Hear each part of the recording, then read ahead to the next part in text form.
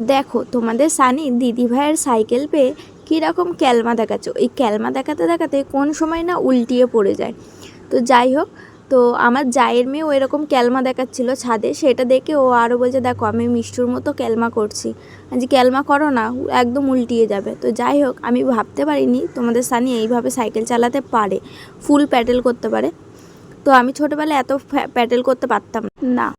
আমার কপালের মতো তোমাদের সানিরও কপাল, যেমনি আমি ছোটোবেলায় যা চাইতাম তাই পেতাম, তোমাদের সানিও যখন যেটা চাই তখন সেটাকেই দেওয়ার চেষ্টা করি। তো যাই হোক, এমন না যে যখন যেটা চাইছে দিয়ে তার লালসা বাড়িয়ে দেবো বা কিছু, সেরকম কিছু না। দিই, যেটুকুনি দেওয়া সেটুকুনি দিই। কিন্তু ও যেমনি এত ছোটো বয়সে সাইকেল পেয়ে গেল, আমি এত ছোটো বয়সে সাইকেল পাইনি। যেহেতু আমি লোকের বাড়ির সাইকেল দিয়ে আমি সাইকেল চালানো শিখেছি, আর বিয়ের পরে তো তোমাদের দাদাভাই স্কুটি চালানো শিখিয়েই দিয়েছে, তোমাদের সাথে শেয়ারও করেছিলাম। আমি নিজেকে নিজে বলবো আমি অনেক ভাগ্যবতী। আমি পরের জন্মেও যাতে এরকম ঘরে জন্ম নিই আর এরকম স্বামীর কাছেই যাতে আমি সুখে সংসার করতে পারি। তো যাই হোক, আর তোমাদের দাদাভাইও সানিকে দেওয়ার চেষ্টা করে, যেহেতু ও না ছোটোবেলাতে অনেক কষ্টে মানুষ হয়েছে, সেরকম কিছু পায়নি জানো তো, ওর জন্য তোমাদের সানিকে দেওয়ার খুব চেষ্টা করে, যখন যেটা চায় সেটাই পায়। আর তোমাদের যে বললাম যে আমি ছোটোবেলায় লোকের সাইকেল চালিয়েছি, এমন কিছু না। আমার বাড়ির লোক ভয় পেত, যেহেতু আমি বাড়ির সবথেকে আদরের মেয়ে।